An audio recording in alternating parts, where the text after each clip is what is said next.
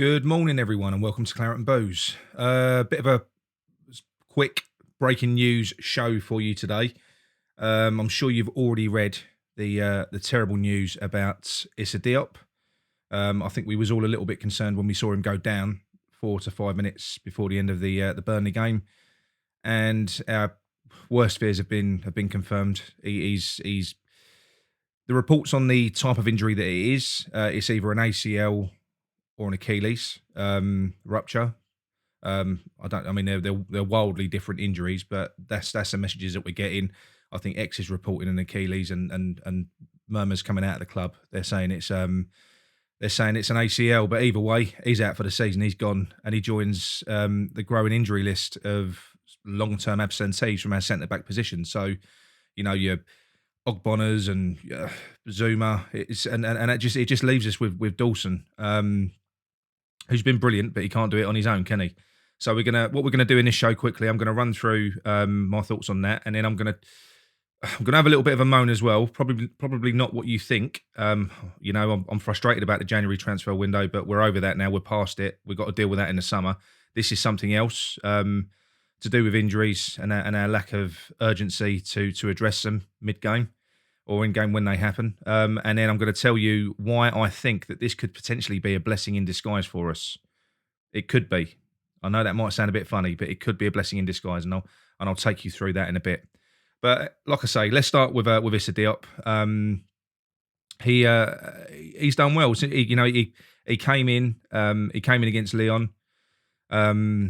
And he did really, really well. Well, he came in against Brentford, didn't he? And he had a bit of a nightmare because he came in cold and he looked shaky. And we was all wondering whether or not he was going to be starting in that really, really important Lyon game. He did, and he played really well. He played brilliant against a very, very good team. There were some good challenges there, good decision making. He was brilliant, you know. And then a few days later, he's got to go up against Burnley, you know, like the rest of the troops. A tough game, a tough physical game. You saw the challenges flying in there. And, it was, we all saw him go down, and it didn't look terrible. It didn't look terrible. I mean, obviously the medical team went on. They had a look at him. He didn't get any treatment. And then he was up and he was playing the rest of that game. And this, we're seeing this way too often now. You know, we saw it with Ogbonna. You know, we had a look at him. He played on. We saw it with Cresswell. We've seen it with Zuma. You know, whoever is making these decisions in the medical team, because it ain't David Moyes. David Moyes ain't a doctor. He's being advised by the medical team, whose mandate that is to basically say this player's okay to carry on or he's not. Whoever is making these decisions, their heads have got to roll, because this problem that he's got now, the same as the previous ones, they can only be made worse by playing on an injury. I mean, if he's got an Achilles injury, and then he's got to go on and play 4 to 5 minutes running on that, it might have only been a slight pull. If we'd have pulled him off, he might have recovered. But then you carry on playing. I mean, I can remember him. He was having to defend in that 4 to 5 minutes as well, and you know he was jumping for headers and all sorts. So it is so frustrating, and we're seeing that too often. Why take a risk? Why take a risk like that? I don't get it. And something's got to change, because that is unacceptable in my mind. It really, really is. But that we are where we are, right? Okay, this is the money end of the season. This is you know, there's a few games left, massive games, because you know, rarely have we ever come to this part of the season and still had something positive to play for, right? Okay, we're normally, if there is something to play for at this part of the season, it's normally to survive, not to win something or you know, or fight for Europe or anything like that. So although we've got our frustrations, you know, we all know we would have been better equipped if we'd have recruited more in January. But nonetheless, I think any team would have struggled having, because make no bones about it, the 3 centre-backs that are injured were ahead of the pecking order to Dawson. Maybe not Diop, but what I'm saying is he was brought in to be a backup centre-back, and that is now all we're left with. So any team that loses their first choice centre-backs like that, I mean, 3 of them, they're going to struggle. They are going to struggle. Now, I think Moyes has missed a trick earlier in the season where he could have, especially after not bringing players in January, where we've had a few kind of dead rubber games. He could have blooded the youth a little bit more. We have got some good players. You know, you've got Baptiste. but more the one that should have been given game time is Elise. He's the most senior. He's the eldest. He is a good player. We should have given him a run out to see how he looked, how he fared, because it's too late now. You can't go doing experiments at this part of the season. Same with the likes of Crow. Crow was apparently played at centre back before as well. We can't take chances now. We can't risk that. It's tough. We've got to shuffle the pieces about the players that we know can do a job, and that is what we're going to have to do. And it is, like I say, it is frustrating because I do believe that Moyes has missed a trick on multiple things here. He's kind of he's inactivity in the transfer window, first of all in January, and then not rotating players and getting players that need game time up to speed. He's not done that. You know, we're in a situation of our own making. Although getting 3 centre backs injured out of 4 is unlucky. But then, you know, leaving players to play on potentially terrible injuries is a bit stupid. That's got to stop. It really has. So we're in the situation that we're in, and we're in a great position in the league. We should be in a better position because we keep on stumbling. You know, against Brentford and Burnley, 2 consecutive weekends where we've had a chance to sort of make ground and sort of give ourselves some breathing space in the league. We've not taken the opportunity, so I think all our chips have got to be stacked against the European success in the Europa League, because we've given ourselves a mountain to climb now in the Premier League. And the 2 games that we've got coming up, Chelsea and Arsenal, they're kind of, you've got Frankfurt sandwiched in between those. There's only one priority. I mean, look, we could win those games, but it's unlikely. It doesn't happen very often. So I think we've got Frankfurt is an entirely winnable game, and then we're in the final. Well, both Frankfurt. There's 2 legs. You know, we've got to play Sunday, Thursday, and then we've got to play Sunday after that against Norwich. And we all know that we struggle in those games. So look, I do think that we've got to place all our chips on Europa. What a way to get into the Champions League and to qualify for Europe as well. I'm kind of over the league at the moment. I think we've made mistakes now. We've kind of got to write that off. If we do get in that way, fine. But the most likely is going to be via the European route. Now, I'm going to tell you now why I think that this could be a blessing in disguise for West Ham going into these final few games. And that is because even with 2 of the best central midfielders, and certainly one of the best central midfield pairings in the league, possibly in Europe, we've still been leaking goals. We've still looked sloppy at the back. Ever since Ogbonna's kind of gone, we've lost that range of passing at the back. And whenever somebody has mentioned to me,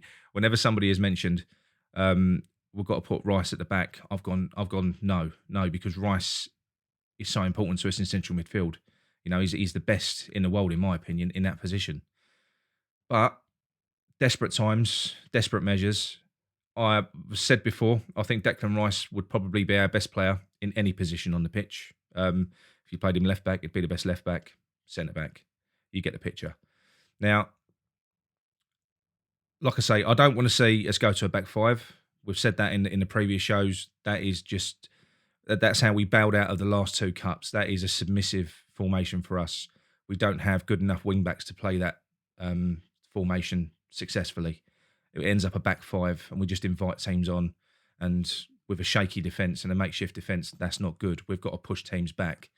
So we've got to stick to our formation. Like I said, it's too late now to make gambles and to make changes to the way that we play and bring players in cold who are not up to speed. I think we should play the way that we play now. We've done it all season. We know it works, and just shuffle the pieces a little bit. Now, I think that we've got to be pulling Declan Rice back into defence. As much as it pains me to say, I think we've got to pull Rice back into defence. I think what he will give us on that side, he'll give us calmness. He'll give us his range of passing that he's got, you know, where he can spray balls about all over the place. He can see a pass that we've not had since Ogbonna's been out the team. It will settle us down defensively massively. And yes, he's not played in that position for 2 years, but look, he's a CDM. He can drop back. He can play that role. All that we're gonna lose from him, which is a loss, we're going to lose his surging runs when sometimes he does carry us up the pitch. He carries the ball up the pitch.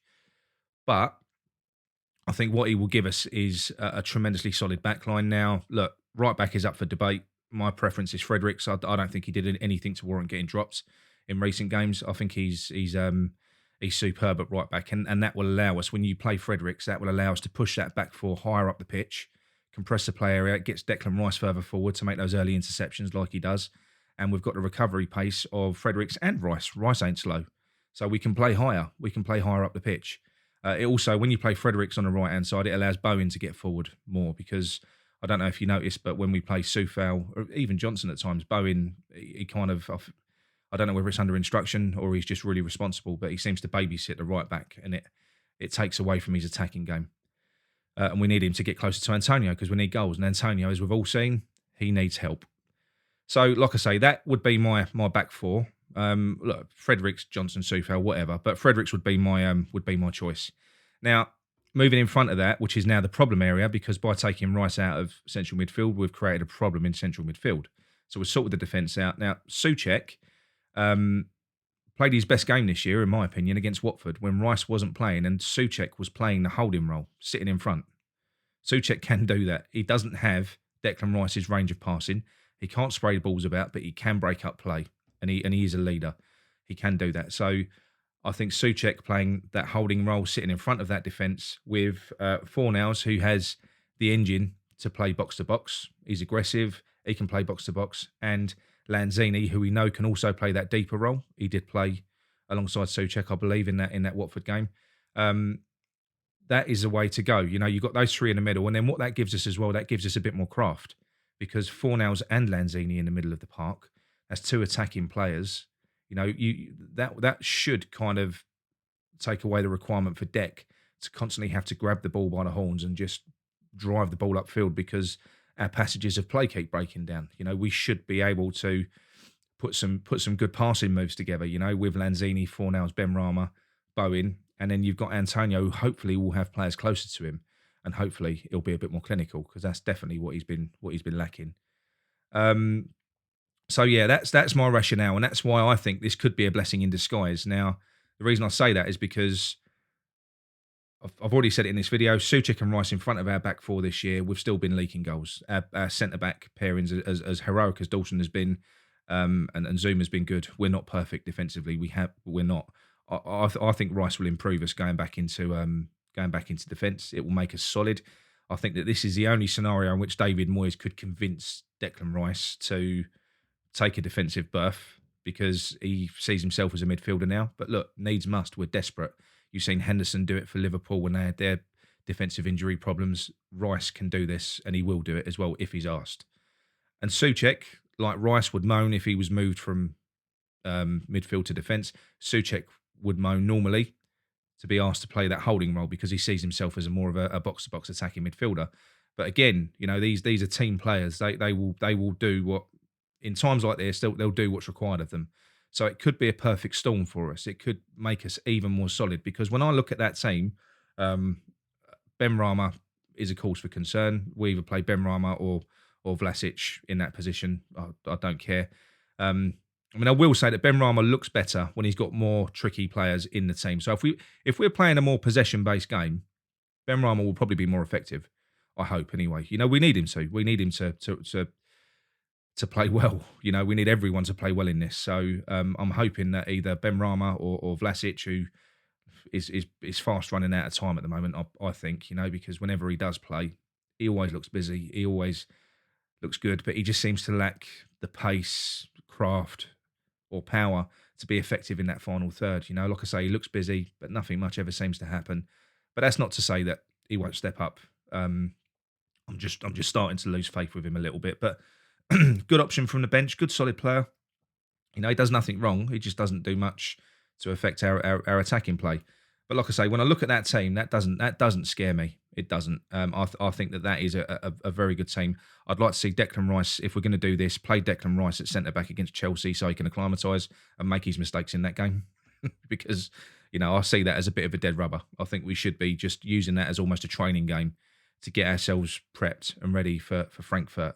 And because that's what I want. That's what we all want, right? We want we want to win that cup. I mean, that is what this season's all about now. You know, we may never see this again. It was 46 years since the last time we was in a European semi-final. So there's no guarantees it's going to happen again. So we've got to place all our chips in this competition and go for it. So yeah, that is for me why I think that it could be a bit of it's a silver lining. But I genuinely believe it now because I've been more accepting of the idea, because whenever somebody suggested putting Rice in defence before, out of midfield, I've gone, no, don't be stupid. You can't do that. He's the best central midfielder in the world. But this has forced me to look at it a little bit differently. And the more I think about it, the more I'm warming to the idea. And I think it's only going to improve us and make us stronger. Obviously, it depends whether or not he will. Well, he will. We know Declan Rice is a professional player. He'll play wherever we ask him to play, and he will always give his all. So yeah, that's my thoughts on it anyway. So what are your thoughts? How do you see us getting through this mess that we're in at the minute defensively? I don't think it's as bad as it could have been with the fact that we've got Rice in that team. You know, what would you do? What would you if you was David Moyes at the moment? What would you be thinking? You know, leave us a comment and let us know. So yeah, like I say, bad news, terrible news, but not the end of the world, I don't think. So that's it from me. So if you enjoyed the video, drop us a like, and if you're not subscribed and you're new around here, you know, why not subscribe as well? John's going to be on tomorrow. He's doing his daily news show in the morning. We'll be releasing that about 11 o'clock. And if you haven't caught Gary's brief review of the Burnley game yesterday, take a look at that as well. It's really, really good. He touches on this and a few other things as well. And Moyes' frustration with Antonio. So take a look at that. And I should be back on Thursday as well, if there's any news left for me. So yeah, that's it from me. Thank you very much. Come on, you Irons.